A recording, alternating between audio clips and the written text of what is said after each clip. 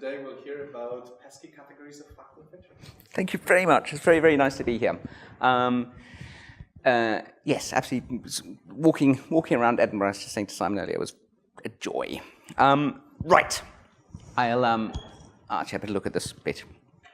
This is a quotation from a book review of the book, second edition out last week, by Anna Cristina Ribeiro, who some of you know. Okay, so philosophers, is everyone apart from the person who teaches English a philosopher? No, you're not a philosopher either. Okay, you're not. Right. Philosophers, I mean, it's a bit odd because the philosophers, as so often happens, philosophers have this belief that nobody else has. So then it looks as if I'm saying something, it looks to some philosophers as if I'm saying something controversial, but it looks to people who are not philosophers as if I'm just stating the bleeding obvious.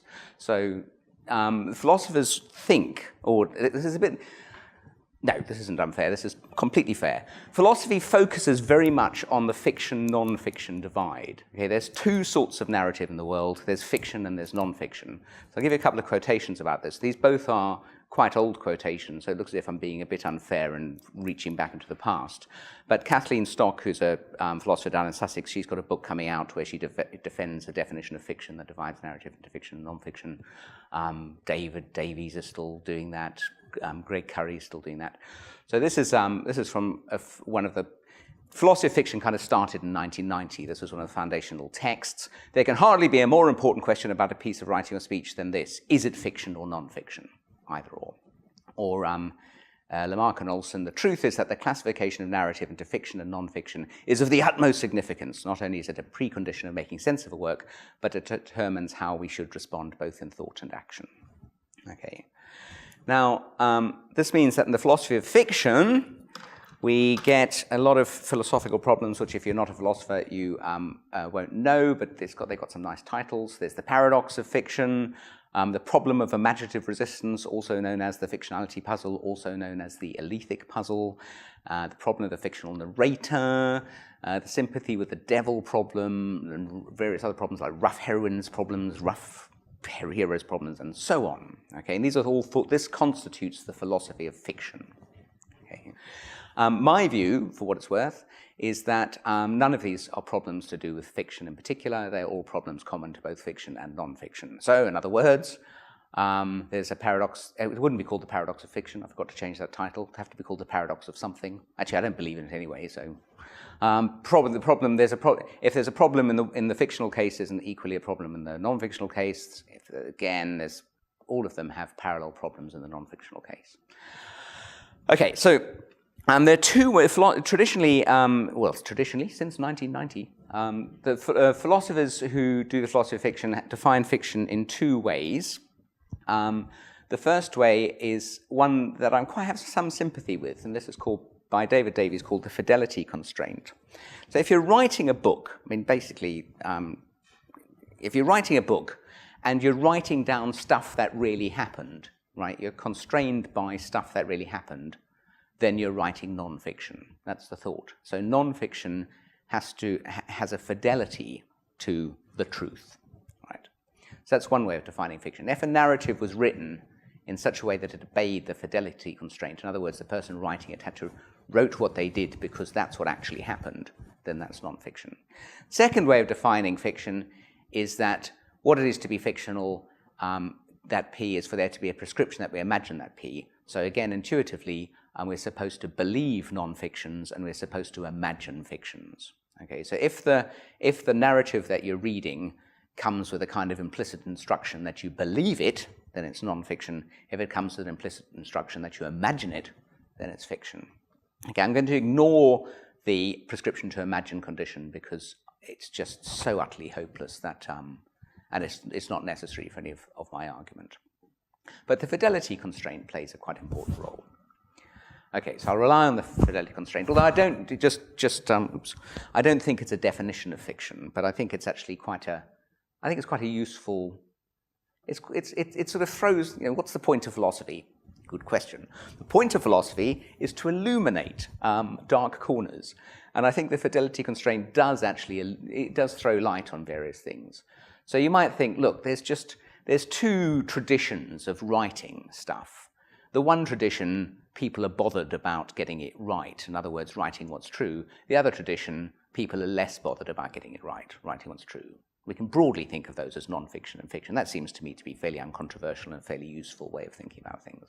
Doesn't mean it's a definition of fiction. Why isn't it a definition of fiction? Well, because plenty of people write fiction stuff that has fiction stamped on the back of it, where they do feel as if they really want to get the stuff right. Okay, so if you try and make it a definition, you get into all kinds of trouble. But it's sort of, I think it's helpful to think about there being these two traditions. I'll come on and just say why they're not two traditions, and in fact the whole thing is much more messy than that. Okay, fiction or non-fiction. Here's what I'm going to be talking about today. Miscegenated genres. Miscegenation is when it usually, I think it's a British Empire term, or maybe apartheid South African term. If you've got a white person and a black person mating and producing a colour, that's miscegenation, right? So in other words, it's the coming together of two things that shouldn't be brought together. Obviously, the views of some loonies in the past, but so miscegenated genres, what I mean by these is docudramas such as BBC One's The Somme. So there was a sort of recreation of the Somme where you had these actors playing soldiers saying things like, "Oh, that's the giddy limit," and going over and getting shot and things. So it's a docudrama. It was, and the question is it fiction or non-fiction? Okay, and I'm going to explore that question. Biopics, such as Walk the Line, the biopic of Johnny Cash, or Elizabeth, which a biopic of Elizabeth I. Are those fiction or non-fiction? Shakespeare's history plays, more traditional example. Now, the consensus view, the view that you get from Lamarck and Greg Curry and Kathleen Stock, etc., is that these violate the fidelity constraint. Okay, the fidelity constraint says that everything in the narrative has to be governed by what's true. Right? Now, clearly, let's just take the biopic of Elizabeth I. So in the film of Elizabeth I, she says something like, "Look out, mate, you're lining up to get your head chopped off," to the Duke of Norfolk. Okay, now there's no evidence that she said that to the Duke of Norfolk, said that to that man on that occasion. So there's things in the picture that are obviously don't violate the fidelity constraint. So that's sufficient, because they violate the fidelity constraint, that's sufficient for them to be fiction. So Kathleen Stock and Greg Curry and Peter Lamarck just automatically classify all those things as fictions. Okay.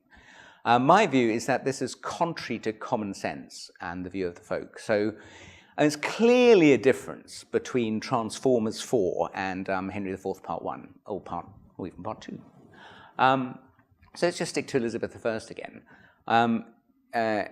If you go around the streets, I've tried this, not the streets, but dinner parties and friends and pubs and things, and just say, do you think Elizabeth I's fiction or non-fiction? They take you to be asking a slightly different question. They take you to be asking this question, which is Braveheart fiction or non-fiction? So in other words, they take it that there's a real live question as to whether these things were fiction or non-fiction, and in the main, they come down on the view that Elizabeth I was non-fiction.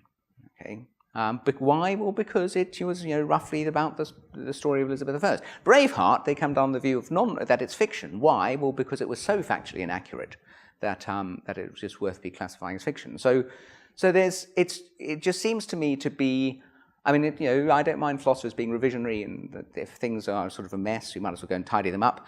But I'm not sure what people like Curry and Stock, etc., are analysing when they say, "Look, I'm giving you an analysis of fiction," and included in fiction, uncontroversially, is all this stuff about docudramas, biopics, etc., etc. If you think, well, actually, that's not anybody else's notion of fiction. So we ought to start with a notion of fiction that vaguely corresponds to those that people use. So I don't think that we should just automatically classify those things that I mentioned as fictions. Okay, but I'm going to give you two arguments which Curry and Stock and company use to say why they are fictions. Okay, this is just a kind of more detailed version of the argument I gave a thumbnail sketch of earlier. Right. So, brilliant bit of Henry IV, Part 1. Glendower says, "I can call spirits from the vasty deep." And Hotspur says, "Why, so can I, or so can any man, but will they come when you call to them?" Okay, so here's the argument. So the play, Shakespeare's play, represents Hotspur uttering those words on that occasion. Okay, so the play sort of claims that Hotspur uttered those words on that occasion. In fact, we can be pretty damn sure Hotspur did not utter those words on that occasion. Hence, Henry IV, Part 1 violates the fidelity constraint. Hence, Henry IV, Part 1 is not non-fiction. Hence, Henry IV, Part 1 is fiction. Okay, happy with that? Right, that's. I think that's probably the most. Yeah. Okay. Anyway, that's an argument. That is Harry Hotspur himself. Here's a second argument. Right. Now, if you look through the history plays, and one of the Dukes of Marlborough said that he learnt everything he knew about English history from Shakespeare's history plays. And if you do know the history plays, you probably. And certainly most of my beliefs about the Wars of the Roses have been got via the history plays. So they're not entirely unreliable. So Harry Hotspur, he was the kind of main man, the main son of the Percy family. He did help put Henry IV on the throne. These are all claims that are made in the plays. He did help defeat the Scots at Hambledon Hill. He did join the rebels, and he was killed at the Battle of Shrewsbury. So all that just does obey the fidelity constraint in the play. Okay, but he was not killed by Prince Hal. So in the Shakespeare play, in the Battle of Shrewsbury, Hal that kills Hotspur, but in history it wasn't. He apparently lifted up his visor and got an arrow in the eye, a bit like Harold. So that's the second argument. So the first argument is the plays represent people saying things which they didn't say, and the second argument is, oh look, there's all these kind of events that are just wrong, not true of history. So let's. I'm going to look at the first argument. I'm going to look at these two arguments in turn. So that's the first argument, just to remind you, and we're going to look at this premise, right? This represents Hobbes. So I think this premise is false, right? This is the only black and white photograph I had on my computer when I was putting this PowerPoint together. This was a fantastic. That's me. That's the extremely glamorous Vanessa Perry, who's the wife friend of mine, Edward Winters, and Ed was taking the photograph. That's a Bloody Mary, and that's one of, I think, 5 bottles of Rioja that we drank on that occasion. It was a long lunch. Anyway, okay, so you got this photograph. The photo is in black and white, obviously, okay? However, the photo does not represent the world as being in black and white. Okay, when you look at that, it's not a photograph of a black and white world, it's a black and white photograph of a colored world. So they're properties of the photograph that are not representational properties. They don't claim that the world is thus or so. Okay. So we need to distinguish properties of the representation, call those R properties, with properties that are represented as belonging to the world, so W properties. So that there was a Bloody Mary on the table is an R property. So the photograph represents that there was a Bloody Mary on the table, and it represents that as being true in the world, and it was obviously. That is black and white. That there's a Bloody Mary on the table is a W property because it's a representational property. It claims that the world was like that. That the photograph is black and white is an R property. It's a property of the representation, not a property. It's not saying that the world was like that. It's just the representation is like that. Happy with that distinction? Okay. Right, so then we can go back to this. So that's the little exchange between Glendower and Hotspur. Right, so this argument assumes that Hotspur's speech is a W property. Right, the Curry and Stock and Company want to say, look, the play represents them as having said that on that occasion. Right, and that's why it violates the fidelity constraint, because they didn't say that on that occasion. Right, but I actually think it's an R property. I think it's a property of the representation. I don't think that the play represents them as having said that. I think, just to jump forward a bit, it represents them as having said something, but not those words, not those particular words. Okay. So why do I think Hotspur's words are an R property, not a W property? Well, early photographers were not able to represent color. However, there was a fix, technical fix. They could have some R properties that should be an indication of the W properties. So in other words, black and white photographs, they go from white to black and shades of gray in between. Well, that kind of where a patch of the photograph lies on that spectrum of gray gives you some indication of what the color of the world was like in the photograph. Okay, so you can sort of kind of tell. So if you went back, you could probably tell that Vanessa's wearing a light dress, I was wearing dark braces, and so on and so forth. Okay, given that William Shakespeare did not know what these characters actually said, and given that they have to say something in order for there to be a representation at all, right? So Shakespeare sets out to write a representation of the Wars of the Roses. He doesn't know what these people actually said, but he can't write the representation unless he gets them saying something. So he gets them saying something that gives an indication of the kinds of things that they might have said on that occasion. I don't think there's any reason to think that what Shakespeare wrote, these words uttered, I don't think that we need take them as being, I don't think that audiences take them as being like the Bloody Mary on the table. I think they take them as being like the black and whiteness. Okay, but then now I've got to say something about, hang on a second. So you might say, right, but the play has them saying these things. Now you can kind of see how the grayscale corresponds to the color scale, right? And that's how the grayscale can give an indication of the color scale. But in what way does what Shakespeare writes give an indication of what they might have actually said? Right. So these, I should just pause here and say, for the philosophers present, that we're not doing conceptual analysis. I don't think any of this stuff is conceptual analysis. This is what we're trying to do is kind of, as I said before, just try and throw some light on some dark corners. This stuff is just messy. I mean, the boundaries of fiction, exactly what people are thinking when they watch the history plays as opposed to watching a play that's not a history play is probably kind of fairly inchoate and messy. So I think there's kind of natural world limits on getting this stuff particularly terribly precise. But I think that we can say something about, so the grayscale corresponds to the color scale, which is why black and white photographs can give an indication of the world. So in what ways does Shakespeare's prose give an indication of what these historical figures might have actually said? Well, our properties, blank verse. I mean, clearly Harry Hotspur didn't speak in blank verse, even though Shakespeare's characters speak in blank verse. So that's definitely an R property, not a W property. Okay, these articulate, literate, and insightful, I've no doubt Harry Hotspur was a very articulate, literate, and insightful person, but he wasn't that articulate, literate, and insightful. Okay, not as, and so those kind of properties are going to be R properties rather than W properties. Indicative of W properties, well, it has to be the kind of content they might have said, right? Not in that form, but the sort of thing they might have said. Well, what does this rule out? And as I said, this is very messy. Well, Shakespeare shouldn't put words into their mouth that indicate that they had beliefs that they couldn't possibly have had, right?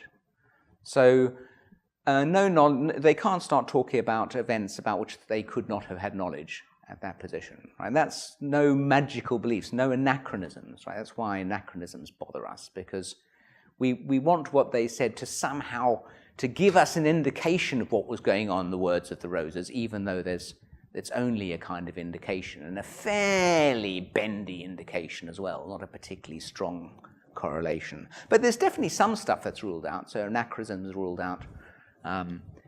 Harry Hotspur suddenly standing up and saying, "Oh, but my uncle has just lost the battle over 50 miles away right now." I mean, so no magical beliefs. None of that stuff would work unless, of course, there was a magical genre play. So I think that there are things that we can say about how what Shakespeare wrote gives an indication of what happened in the Wars of the Roses, in a way roughly analogous to how the grayscale gives an indication to the color scale.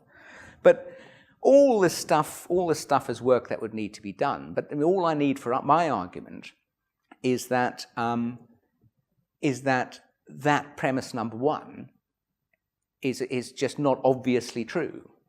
Okay, so the argument relies on those words spoken by Hotspur as being representational properties, as being the words he actually said, and that just seems to me an extremely strong and implausible claim. So barring further defence of premise one by opponents, I don't think that that this argument proves that the history plays a fiction. Okay, so let's look at the second argument. Right. This, I think, is this actually is way more interesting, because I can't run the argument I've just run to try and defeat this argument. I can't try and say to you, okay, Shakespeare represents Prince Hal as killing Hotspur after one of those very long and boring sword fights. And he wasn't in the actual world, but don't worry about that. It was just an indication of what happened. I mean, that just seems an extremely implausible thing to say, because that's just depicted as being what happened. Okay? You can't say, well, it's an indication that he was killed by someone, because the representation is of him being killed by Prince Hal. So my rebuttal of the first argument is not going to work as a rebuttal of this argument. So this kind of leads, and now it all just gets a bit more airy-fairy, right? So the problem I've got then is this: fiction. The first argument done away with. Second argument still there. That is, Shakespeare represents things as happening which never actually happened. Doesn't that make the stuff fiction? Well, in order to answer that question, let's just think a bit harder about these categories of non-fiction and fiction, right?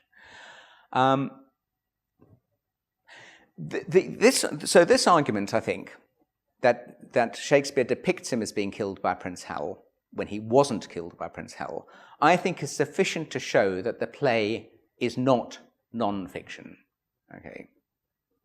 So if it were non-fiction, in other words, if it were proper history, then Shakespeare wouldn't have been allowed to have him killed by Prince Hal. So it's sufficient to show that it's not non-fiction. However, that would only entail it were fiction if the disjunction is exhaustive, that all narratives are either fiction or non-fiction. So I allow that this argument about killing Prince Hal shows that the thing is not pure history, it's not non-fiction. But that doesn't entail that it's fiction, right? Because there might be other alternatives. There might be genres between non-fiction and fiction. Okay. So in other words, I'm worrying now about premises 4 and 5 of the first argument. Hence, Henry IV Part 1 is not non-fiction, hence Henry IV Part 1 is fiction. So the question is, are things that are not non-fiction necessarily fiction? The answer is no. Right. And the way to see that is, I think, this very insightful claim by Peter Goldie, and she makes one of his books. Thinking through a narrative and narrating a narrative publicly are kinds of action done for reasons. And I think one thing that we haven't thought hard enough about is motivations for reading and writing narratives. Okay, so let's think a bit about that. What reasons do we have for constructing a fictional narrative or a non-fictional narrative? So if you're sitting down in your garret late at night, what are your motivations for writing a fictional or a non-fictional narrative? And the consensus view, so the Curry, Stock, David Davies, blah, blah, Peter Lamarck view, is roughly this, that fiction, remember, linked to the imagination, is entertainment, broadly construed. Okay, I don't want to pin a narrow view of entertainment or anything. So they could be, it doesn't have to be trivial or anything, but I'm just going to use entertainment as a cover-all term. So their view is that fiction is basically entertainment, non-fiction is basically information. So there's a nice quotation from Lamarck there. Like all fact-stating discourse, biographies aim to transmit information are primarily constrained by getting it right. Okay, so that's why there's an exhaustive disjunction: fiction and non-fiction, entertainment and information. Okay, I think that's just. I don't want to deny that some people do write non-fiction purely for the purposes of transmitting information, but I think that's vastly exaggerated in the literature. If you try and get a book published and you're writing non-fiction and you take it to a publisher, it's not sufficient for it to be published that it's true, right?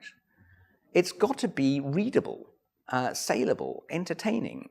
And I probably read as much fiction as I do non-fiction, and I read broadly, I mean, I'm not complete for this time, but broadly read them for the same reasons. That is just, to be transported to another world, to be entertained, to exercise my mind, and so on and so forth. It just seems to get off on the wrong foot to think that, look, the purpose of non-fiction is to transmit information. And I think, and once you start thinking about, look, what are the reasons that people write non-fiction? Sorry, okay, I'm getting ahead of myself. So the reason, so I'm not saying the only reason, but amongst the reasons, and I probably think the prominent reason, but I don't have to defend that, for most people producing non-fiction is to provide stuff that is entertaining, right? However, and this is the interesting thing, is that non-fictions are generally, I think, I'm perfectly willing to admit, governed by the fidelity constraint, which is actually quite weird. Because if you're sitting down, like say you're Shakespeare, right? You're sitting down to write the history of the Wars of the Roses. You've got to produce something entertaining, otherwise people are not going to come to the theatre. Why would you impose the fidelity constraint on yourself? Right? Well, obviously Shakespeare didn't, because when it looked as if it was going to get a bit dull, he just sort of mangled, he just didn't obey the fidelity constraint. But why, if you're, writing a biography of the Duchess of Devonshire, Amanda Foreman's, lovely biography, she's sitting down trying to write something that's gripping and entertaining. There might be a kind of long section of the Duchess of Devonshire's life where she's, very, very dull. Well, why not just, invent a few love affairs or something and make it more entertaining? So what I'm saying is that these two constraints actually just are an unstable combination. They kind of work in tension with each other. And I talked about Walton, Ken Walton, earlier, who's the granddaddy of the philosophy of fiction. I've been working on Walton for, 1990, since the book came out in 1990. And every time I think I have a good thought, and I go back and check his 468-page book, I find that he got there before me. So there's a bit where Walton says roughly this, but he said it in 1990. It's just particularly irritating. Okay, so here's a nice quotation from Michael Holroyd, who's you might have read some of his biographies, great many biographies, great 2-volume biography of Augustus John, and this is from the preface to his biography of Augustus John. Biography is no longer simply an instrument of information retrieval, though historical and cultural information that is retrieved from these expeditions is a bonus. The biographer's prime purpose is to recreate a world in which readers may enter and where, interpreting message from the past, they may experience feelings and thoughts that remain with them after the book is closed. Okay, so Holroyd sees his job as, overlap with the kind of thing that a fiction writer might say. I'm going to come back on why I think that's a very unsatisfactory way of looking at it. But it's Holroyd's prime purpose is to recreate a world in which readers may enter. Well, that could just come from the mouth of any fiction writer. Okay. When I was originally writing some stuff on this, I did just pull a non-fiction book off my shelf at random, and it turned out to be a book on the Asquiths by Colin Clifford. And this is the stuff on the back. Okay, far more grip. I mean, none of it just says this is true or this obeys the fidelity constraint. Okay, so far more gripping than fiction, immensely readable, compelling, a magnificent saga of private and public and private lives, Charlotte's, etc., etc. Okay, so when you look at what people's motivations are for picking up these books or producing these books, it's very centrally based on the huge overlap with the kind of motivations people have for reading and writing fictions. Okay. Non-fiction, just an interlude. Sorry, let's go back.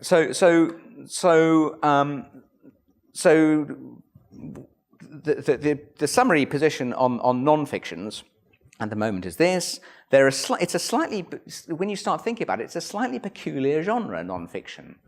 Written to be entertaining, read to be entertained, but obeys the fidelity constraint. Slightly unstable combination.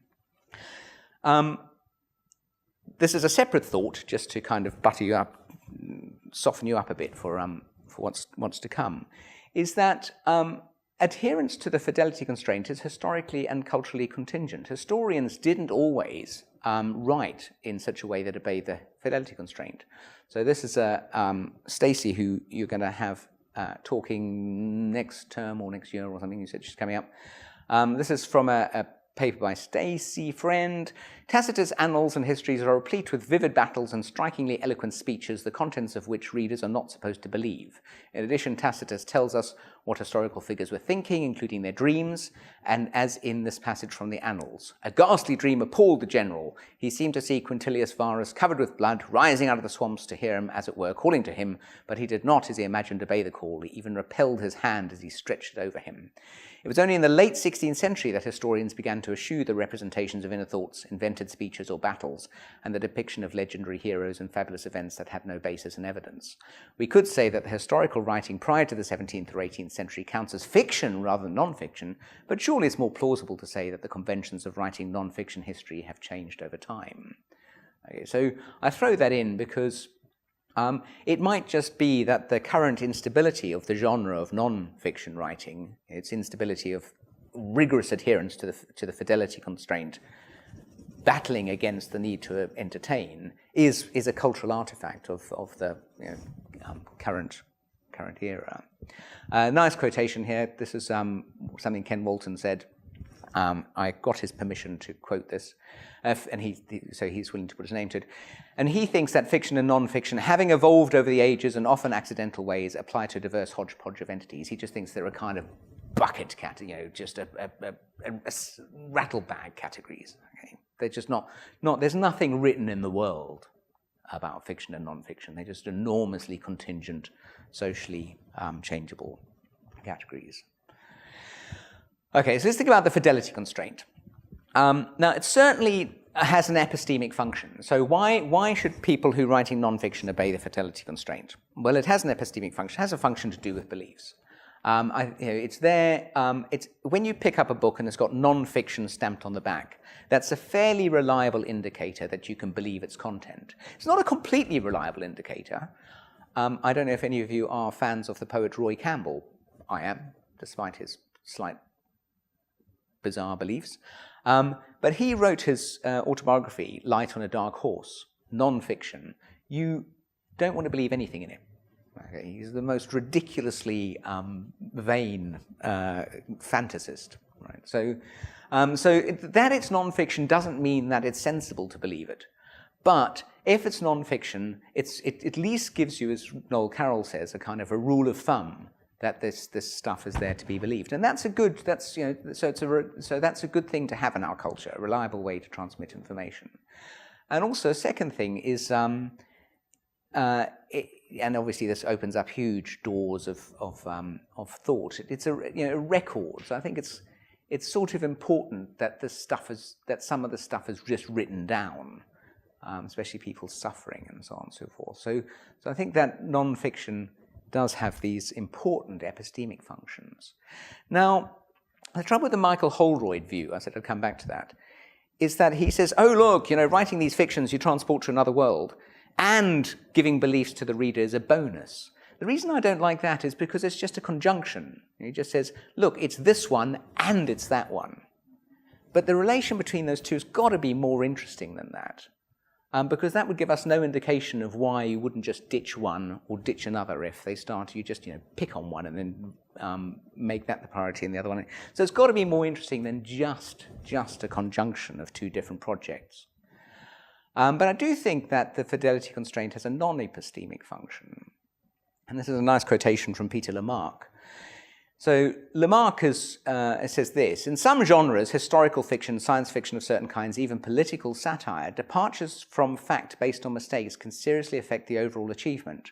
Perhaps the best way is to treat these cases as breaches of genre conventions rather than as failures of literary truth. So what's bothering Lamarck here is that in certain genres, as he says, historical fiction, if somebody gets a fact wrong, then their readers criticize the author. Right? And this is puzzling because you think, look, the person's only writing a novel, well, they're going to make up the facts as they like. But that's just not the case. So, you know, somebody gets a uniform wrong in a film, or somebody gives somebody the wrong kind of rifle in a historical novel, people can say, ah, ha, ha, ha. Right, so Lamarck says, but so what we've got to treat these as genre conventions. Okay, it's a convention of the genre that you have to, in some ways, be truthful. And I think we should just extend this. So in non-fiction, there's an internal connection between entertainment and the fidelity constraint. So that is, in other words, part of what is entertaining about reading non-fiction is that it's true. Okay. Now, you could say an awful lot more here, and you're probably getting into psychology, but it might be things like, you know, the way we empathize with characters, knowing that they're actual, might be slightly different or slightly easier than the way we empathize with characters knowing that they're fictional. And some people might just prefer stuff that actually happened. So there's a great character in Norman Douglas's novel South Wind, Mr. Keith, and he says, I just can't understand the purpose of going to see plays that are fictional. It's all very pretty, but it's all just made up. What's the point? So there's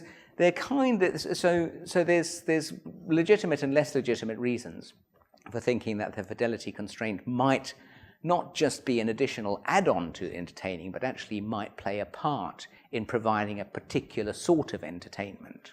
Okay, so I'm a bit unhappy with this. Needs a lot more thought, because at the moment, in the same way as I didn't like the Holroyd's just saying, look, there's entertainment and there's truth. I'm a bit. There's something not quite right about saying it's got an epistemic function, it's got a non-epistemic function. So I'm a bit unhappy about this. I haven't thought of that. Don't think I've thought it through to the bottom. Okay, in other words, that non-fiction is true adds to the fun, I guess. That's the kind of takeaway message. Okay, conclusion. There is a spectrum. Okay, and so I think that when you instead of just thinking about there being fiction and non-fiction, I think we've got a spectrum of different things here. Adherence to the fidelity constraint at one end, and complete disregard for the fidelity constraint at the other end. But there's genres in between. So if somebody says, look, as people often do, well, are the biopics fiction? Sorry, when you look at the history plays, should you watch them as fiction and non-fiction?